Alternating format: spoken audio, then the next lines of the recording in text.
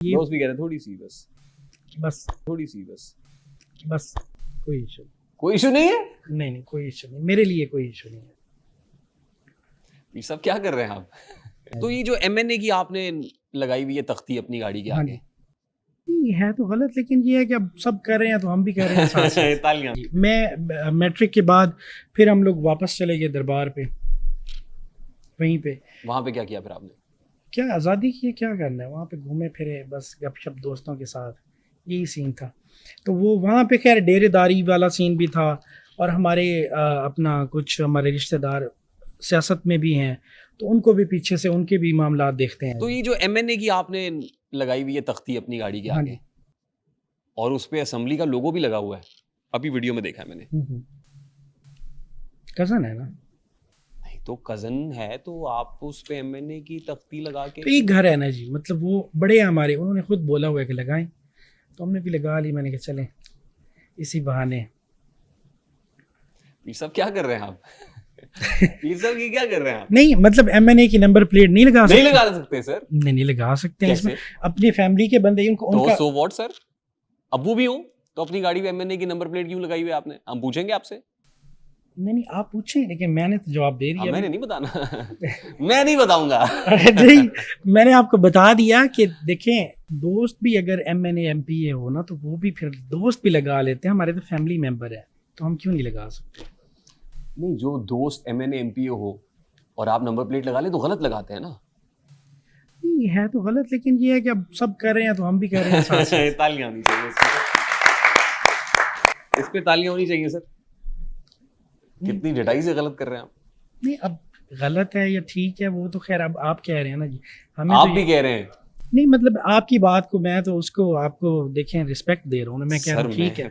آپ مجھے کیوں رسپیکٹ دے رہے ہیں؟ نہ دیں سر آپ مجھے رسپیکٹ. غلط کو غلط کہیں سر. نہیں میں غلط کو یہ چیز کہوں گا, دیکھیں دوستوں سے جب دوست ہوتے ہیں, دوست بھی بندہ ایک دوسرے کو یار کہہ دیتا ہے کہ یار چلیں کر لیں, لگا لو. ہاں جی, تو یہ دوستوں کے یہ دوست بھی کہہ رہے ہیں تھوڑی سی بس, تو اور اب کہتے ہیں ٹھیک ہے, کوئی ایشو کوئی ایشو نہیں ہے. نہیں کوئی ایشو نہیں, میرے لیے کوئی ایشو نہیں ہے.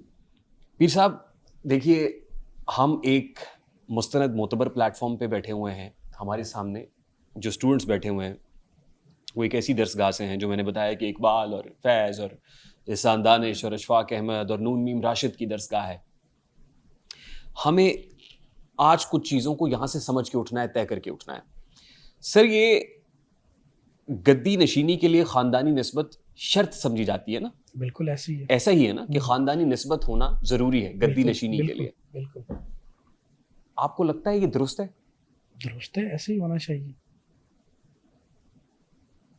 ایسے ہی ہونا چاہیے. ہاں ایسے ہی ہونا چاہیے. سر مائک کے قریب ہو کے بولیے گا. بالکل ایسے ہونا چاہیے جناب. سر سورہ حجرات ہے, آیت نمبر 13 ہے. اللہ رب العزت فرماتے ہیں انا اکرمکم عند اللہ اتقاکم. اللہ تعالیٰ کمی بیشی معاف فرمائے. سورہ حجرات کی آیت نمبر 13 ہے. اللہ کے نزدیک زیادہ عزت والا وہ ہے جو پرہیزگار ہے. تو آپ کیسے کہہ رہے ہیں کہ خاندانی نسبت ضروری ہے؟ نہیں ابھی ایک میری بات سنیں, خاندانی نسبت کا مطلب یہ نہیں ہے کہ ابھی آپ کا نام ریحان طارق ہے. جی میرا نام ریحان طارق ہے سر. طارق آپ کے والد؟ میرے والد صاحب کا نام ہے سر. ٹھیک ہے, آپ کے نام کے ساتھ ریحان طارق لگ گیا. جی بالکل. نسبت ضروری ہوگی. تو میرے ابو ہیں, تو ہمارے بھی وہ بزرگ ہیں. گدی نشینی کے لیے تو نسبت ضروری نہیں ہے. اب میں اس کے نہیں دیکھیں ابھی میری بات آواز کے شور میں نہیں, دلائل کے زور میں. میری ایک چھوٹی سی بات, ایک بات بتائیں, میں دربار سلطان باہو کے گدی نشین داتا صاحب کے پیروں کو بنا سکتا ہوں؟ بنا سکتے ہیں. نہیں میں بتاتا ہوں. نہیں بنا سکتے. نہیں یہ غلط ہے. سنیں خلفائے راشدین آپ صلی اللہ علیہ وآلہ وسلم کے خاندان سے تھے. نہیں دیکھیے وہ یہ بہت بڑی آگے کی بات ہے. نہیں آگے کی بات نہیں ہے, تھوڑا پیچھے آ جائے. بعد از خدا بزرگ تو ہی قصہ مختصر. نہیں تھوڑا پیچھے. اللہ کے نبی صلی اللہ علیہ وسلم کی سیرت میں ہمارے لیے راستہ ہے سر. اللہ کے نبی صلی اللہ علیہ وسلم کے خاندان میں سے اگر خلفائے راشدین نہیں تھے اور وہاں پہ بھی شورائیت تھی, آپ کو پتہ ہے خلیفہ کیسے منتخب ہوتا تھا؟ شورا فیصلہ کرتی ہے. تم میں سے بہتر وہ ہے جو پرہیزگار ہے. اللہ کے نزدیک بہترین شخص وہ ہے جو پرہیزگار ہے. نہیں میں دیکھیں درباروں کا جو سلسلہ ہے نا جی, یہ اس میں یہ اسلام سے ہٹ کے نہیں ہٹ کے. میں ایک چیز آپ کو بتا دوں, اس میں نسبت کا بہت ضروری ہے. کیوں ضروری ہے سر ایک سر؟ خلفائے راشدین کے لیے نسبت ضروری نہیں ہے. آپ اپنے نام کے ساتھ طارق ہٹا نہیں سکتے. میرے ابو ہیں تو یہ ہمارے بھی بزرگ ہیں نا جی, یہ نہیں لگائیں, لیکن آپ ولایت کے منصب پہ تو نہ بیٹھے نا سر. نہیں دیکھیے نہیں, ولایت والا حدیث میں سنیں ولایت والا سین میں اپنی ذات, میری بات سن میری بات سن لیں. قرآن آپ جب یہ کہہ رہے ہیں, جسٹیفائی کر رہے ہیں نا کہ ضروری ہے, تو قرآن و حدیث میں ولایت اور علم دین کا تعلق تقویٰ اور علم سے ہے, نہ کہ وراثت سے. کہ ورثے, آپ گدی کی بات کر رہے ہیں نا, گدی کی بات, گدی آپ کو ورثے میں ملی ہے نا. نہیں مجھے نہیں ملی جی, مجھے نہیں ملی. آپ کی فیملی کے پاس ہے. ہاں فیملی, آپ بھی پیر صاحب ہیں, آپ اس کو جسٹیفائی کر رہے ہیں کہ گدی فیملی کو ٹھیک ملی ہے. بالکل ملی ہے, ٹھیک. آپ روحانی وراثت کی بات کرتے ہیں, روحانیت کی وراثت نہیں ہے. ہو سکتا ہے حضرت سلطان باہو رحمۃ اللہ علیہ کے جو مرید ہیں وہ اتنے متقی اور پرہیزگار ہوتے کہ گدی ان کو ملنی چاہیے تھی, آپ کی فیملی کو کیسے مل گئی؟ گدی کے لیے دیکھیں, میں آپ کو ایک بات بتاؤں, پہلے بھی میں نے گزارش کی ہے. سر مائک کے قریب ہو کے بتائیے. پہلے بھی گزارش کی ہے کہ یہ جو گدی کا سلسلہ ہے نا جی, یہ خاندان سے ہی ہوتا ہے. کیوں ہوتا ہے سر؟ یہ کس نے کیا؟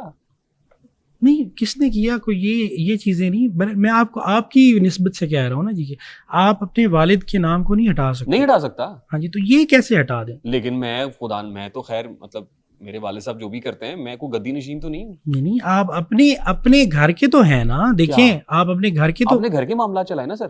دربار کی گدی پہ بیٹھ گئے آپ. میں نہیں بیٹھ, غلے پہ بھی بیٹھ گئے. نہیں میں نہیں بیٹھ گیا, میں تو ہوں ہی نہیں. میں تو پہلے بتا رہا ہوں میں نہیں ہوں. سر آپ ایک طرف جسٹیفائی کر رہے ہیں, دوسری طرف اسے ڈسٹنس کر رہے ہیں. دو رنگی چھوڑ کے یک رنگ ہو جا, سراسر موم یا پھر سنگ ہو جا. میں ایک چیز, کتنا ہنسی فریب نظر کھا رہے ہیں لوگ, دو کشتیوں میں پاؤں اور جا رہے ہیں لوگ. نہیں میں ایک چیز کہوں گا, درباروں کا جو سلسلہ ہے نا جی, یہ نسبت سے چلتا ہے. کیوں؟ اس کی مجھے کوئی لاجک بتائیں نا. عام بندہ اپنے نام کے ساتھ والد کا نام نہیں ہٹا سکتا, تو اتنی بڑی گدی کے لوگ کیسے وہ ختم کر دیں اور کسی دوسرے تیسرے کو آگے بٹھا دیں؟ آپ کے نام کے ساتھ آپ کے والد کا نام ہی رہے گا. ہاں بالکل, چاہے جائے آپ نہ چاہیں تو. نہیں ایسے ہی ہے. لیکن گدی کے لیے کوئی شرط نہیں ہے کہ آپ ہی گدی. اچھا مجھے ایک بات بتائیں, صوفیاء کرام کی تعلیمات یہی ہیں کہ ولایت وراثت سے نہیں بلکہ تقویٰ اور عمل سے حاصل ہوتی ہے. تقویٰ اور عمل. اللہ رب العزت قرآن کریم میں کیا فرما رہے ہیں میں نے آپ کے سامنے رکھا, قرآن و حدیث کی روشنی میں کیا, اور صوفیاء کرام کیا کہہ رہے ہیں, میں نے تینوں چیزیں آپ کے سامنے رکھ دی. آپ کے پاس اس کا کوئی رد دلیل ہے, کوئی کاؤنٹر آرگومنٹ ہے؟ آپ کو آج کے دور کی مثال دے دیا نا, میں نے تو آپ کو بتا دیا کہ جب آپ اپنے نام کے ساتھ والد کا نام نہیں ہٹا سکتے تو وہ پھر کیسے وہ ختم؟ آپ کے والد کا نام آپ کے نام سے نہیں ہٹ سکتا جب تک آپ نہ چاہیں, لیکن یہ گارنٹی نہیں ہے کہ آپ ولایت پہ براجمان ہو جائیں گے. آپ گدی دربار شریف کی گدی پہ بیٹھ جائیں گے آپ. یہ گدی سسٹم آیا گا. چل مجھے یہ سمجھائیں, یہ جو گدی نشینی ہے اس کی شرعی حیثیت کیا ہے؟ سر شرعی حیثیت کی طرف اگر آپ جائیں گے نا, تو وہ باقاعدہ آپ ہمارے ہی خاندان کے کسی مولوی کو بلائیں. پہلی بات, کسی ایسے عالم کو بلائیں جو آپ کو ان چیزوں کا جواب دے. ٹھیک ہے, میں ذاتی طور پہ پیر صاحب کو مدعو کیا ہوا ہے. نہیں میں نے پہلے کہا عام آدمی ہوں. ٹھیک ہے, آپ نے کہا کہ آپ عام آدمی نہیں ہیں, اس کے بعد آپ ہی نے کہا کہ میں اس طریقے سے نہیں ہوں نا. میں دیکھیں, میں نے آپ کو پہلے کہا کہ دربار شریف کے معاملات سے میں سائڈ پہ ہوں.